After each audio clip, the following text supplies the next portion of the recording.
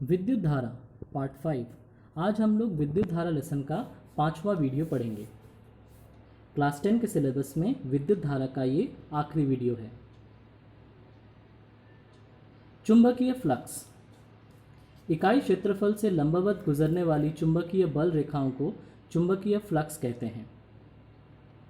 चित्र में देखो, यहाँ पर जो ग्रीन लाइंस हैं वो चुंबकीय बल रेखाएं हैं और जो एक रेक्टेंगल है ब्लू बॉर्डर दिया हुआ वो एक क्षेत्रफल है और वो क्षेत्रफल इकाई है, मतलब 1 वर्ग सेमी या 1 वर्ग मीटर। अगर इससे परपेंडिकुलर मतलब लंबवत 90 डिग्री कोण में अगर चुंबकीय बल रेखाएं गुजरें तो उसे कहेंगे चुंबकीय फ्लक्स। चुंबकीय फ्लक्स का सीधा सीधा मतलब ये है कि लंबवत कितनी रेखाएं गुजर रही हैं एक इकाई क्षेत्रफल से। विद्युत चुंबकीय प्रेरण, किसी बंद परिपथ या कॉइल से संबंधित चुंबकीय फ्लक्स में परिवर्तन होने से विद्युत धारा उत्पन्न होती है। इस विद्युत धारा को प्रेरित धारा एवं इस घटना को विद्युत चुंबकीय प्रेरण कहते हैं। चित्र में देखो, यहाँ पर एक कॉइल है। कॉइल बिल्कुल एक स्प्रिंग की तरह होता है। इसे हमने गैल्वेनोमीटर से जोड़ा है। गैल्वेनोमीटर वो यंत्र होता है जिसमें डिफ्लेक्शन होता है, जिसका कांटा घूम जाता है अगर उसके अंदर से करंट जा रही है तो इस कॉइल में तो करंट जाने की कोई बात होनी नहीं चाहिए क्योंकि यहाँ पे कोई बैटरी नहीं है।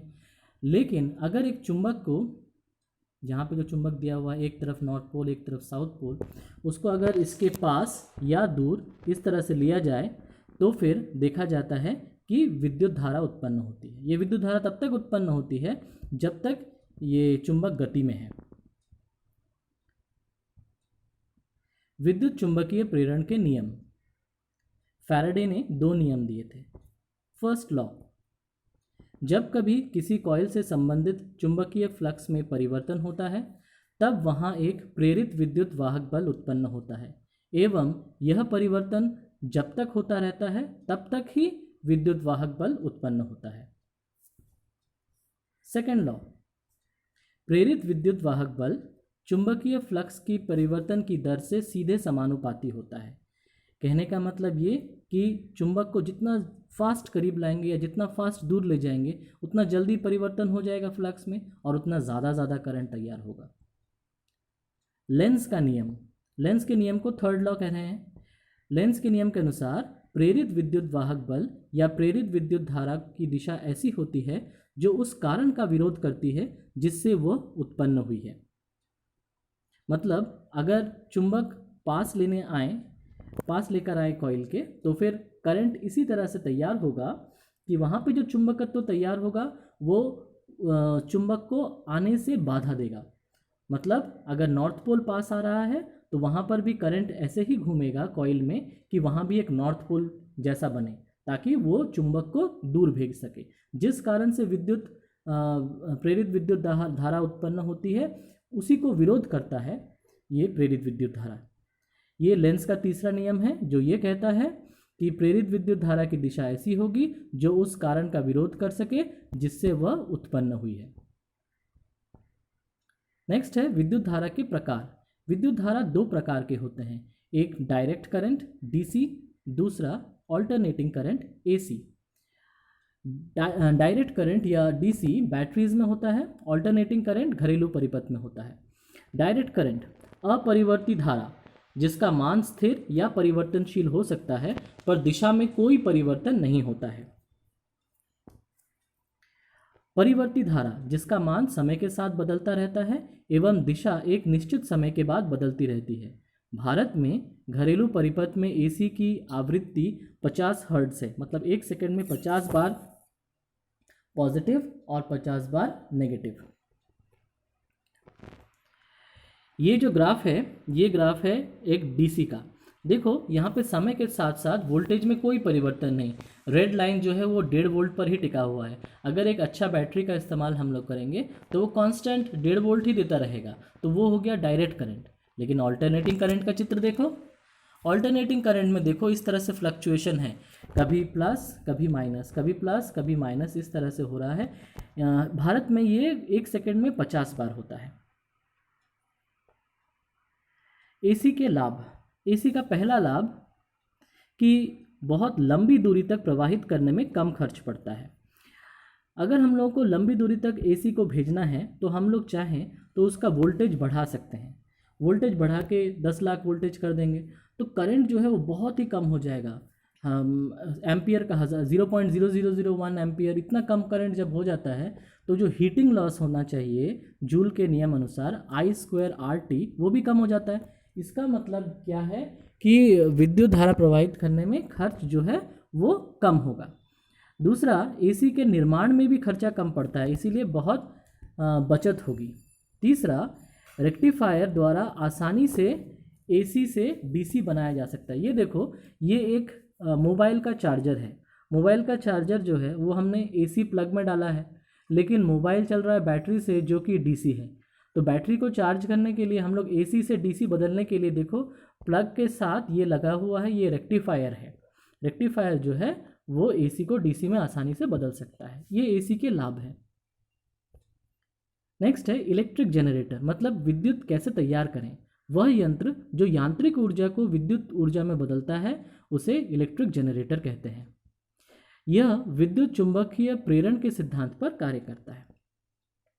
देखो, ये दो प्रकार का होता है। पहला है एसी जनरेटर और दूसरा है डीसी जनरेटर। तो एक एक करके इनके चित्र देख लेंगे और समझ लेंगे। सबसे पहले एसी जनरेटर।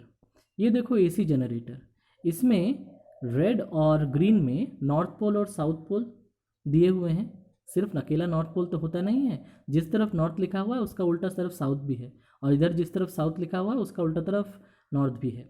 जो भी हो, नॉर्थ और साउथ के बीच में चुंबकीय बल रेखाएं होंगी जो इस तरह से सीधी सीधी जाएंगी, और इसके बीच में जो ब्लू में जो कॉइल है उस कॉइल को घुमाया जाता है। घुमाया जाएगा किसके द्वारा? पेट्रोल इंजन के द्वारा, डीजल इंजन के द्वारा। जनरेटर में डीजल इंजन से घुमाया जाता है।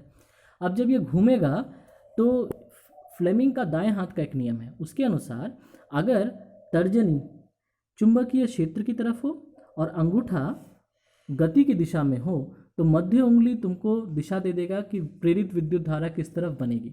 तो उस तरह से यहाँ पे विद्युत धारा उत्पन्न होगी। और क्योंकि यहाँ पे स्लिप रिंग और ग्रेफाइट ब्रश के साथ बिल्कुल वैसे ही एडजस्टमेंट किया हुआ है जैसे कि मोटर में था, करंट को हम लोग ले सकते हैं तार बिना उलझे हुए। नेक्स्ट है डीसी जनरेटर। बिल्कुल सेम है, इसमें कोई फ़र्क नहीं है। फ़र्क एक चीज़ का है कि यहाँ पे स्लिप रिंग नहीं है, यहाँ पर कम्यूटेटर दिया हुआ है, हाफ रिंग कम्यूटेटर। इससे क्या होगा कि जब तार घूम के जो रिंग्स हैं, हाफ रिंग कम्यूटेटर घूम के पहले ब्रश को दूसरा ब्रश और दूसरा ब्रश को पहला ब्रश, मतलब घूम जाएगा, 180 डिग्री घूम जाएगा।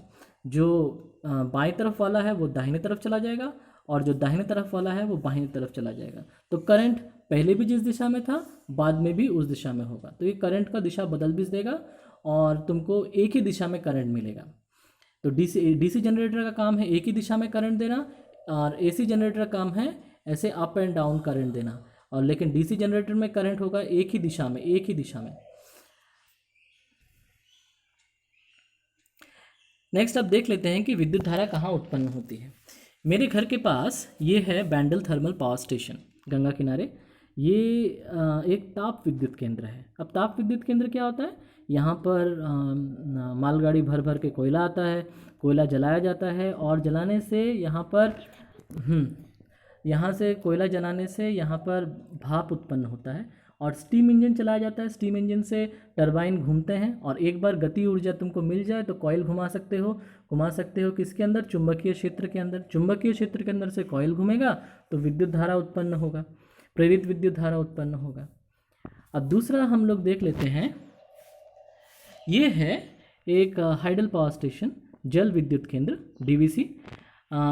तो देखो यहाँ पर पानी जो है ऊंचे स्थान से नीचे गिर रहा है। तो पानी को ऊंचा करने के लिए क्या करते हैं? नदी में एक बांध लगा देते हैं।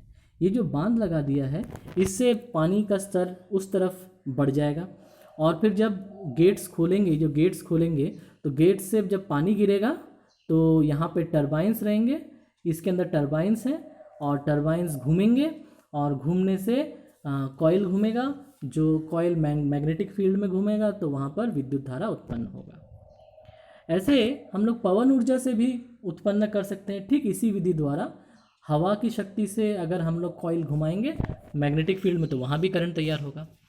एक और एग्जाम्पल है, हालांकि इससे संबंधित नहीं है, वो है सौर ऊर्जा। सौर ऊर्जा में क्या होता है, अर्धचालक होते हैं, सेमीकंडक्टर्स। ये एक बहुत बड़ा क्षेत्र है राजस्थान में, जो सोलर पार्क है। यहाँ पर क्या किया गया है, डायरेक्ट सूरज की रोशनी को करंट में बदला जाता है, उससे बैटरी चार्ज कर लिया जाता है, सप्लाई भी दिया जाता है। तो ये हुआ विद्युत ऊर्जा तैयार करने के तरीके। अब है 3 पिन प्लग। सबने देखा होगा घर में 3 पिन प्लग। तो 3 पिन प्लग में 3 पिन्स हैं।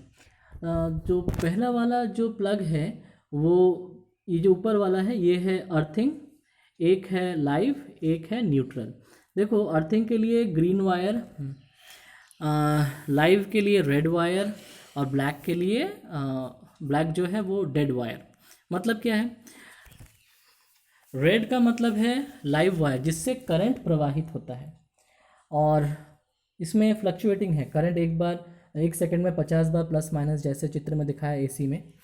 दूसरा है डेड वायर, इसमें कोई करंट नहीं होता है, लेकिन ये है परिपथ को कंप्लीट करने के लिए, सर्किट को कंप्लीट करने के लिए।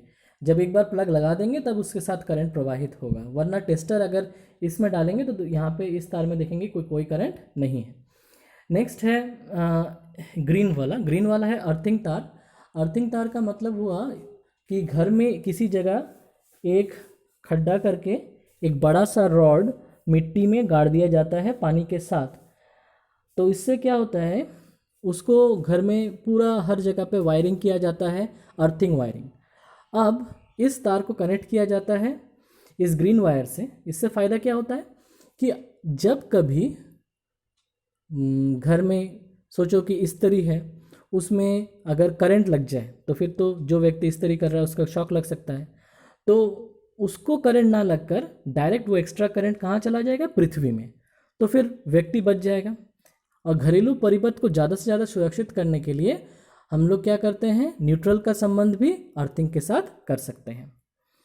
नेक्स्ट है कनेक्शन। देखो इस प्लग के अंदर हम लोगों ने तीनों तारों को घुसाया। जो ग्रीन तार है उसको सबसे ऊपर वाले मोटे प्लग में डाला। ये मोटा और बड़ा इसीलिए होता है ताकि इसके अर्थिंग के अंदर कोई दूसरा प्लग ना घुस जाए, लाइव या न्यूट्रल ना घुस जाए। और एक घुसाया हमने लाइव में, एक घुसाया हमने न्यूट्रल में। और फिर इनको जोड़ने के बाद ढक्कन बंद कर देंगे और फिर हम लोग इसको सॉकेट में लगाएंगे। सॉकेट का मतलब देखना 3 छेद रहते हैं जिसके अंदर प्लग को डाला जाता है, जिससे हम लोग करंट को लेते हैं। तो मूल बात यह है कि घरेलू परिपथ में 3 तार, एक हुआ लाइव जिसमें करंट है, न्यूट्रल जिसमें करंट नहीं है, और है अर्थिंग। अर्थिंग हुआ घरेलू परिपथ को ज़्यादा सुरक्षित करने के लिए एक एक्स्ट्रा तार जोड़ा गया है जिसका संबंध पृथ्वी से किया गया है घर में ही। बाहर से जो तार आ रहा है, जब हम घर में करंट लेते हैं कनेक्शन, तो 2 तार ही आता है, एक लाइव और एक न्यूट्रल। और अर्थिंग हमने अपने घर में स्वयं किया है।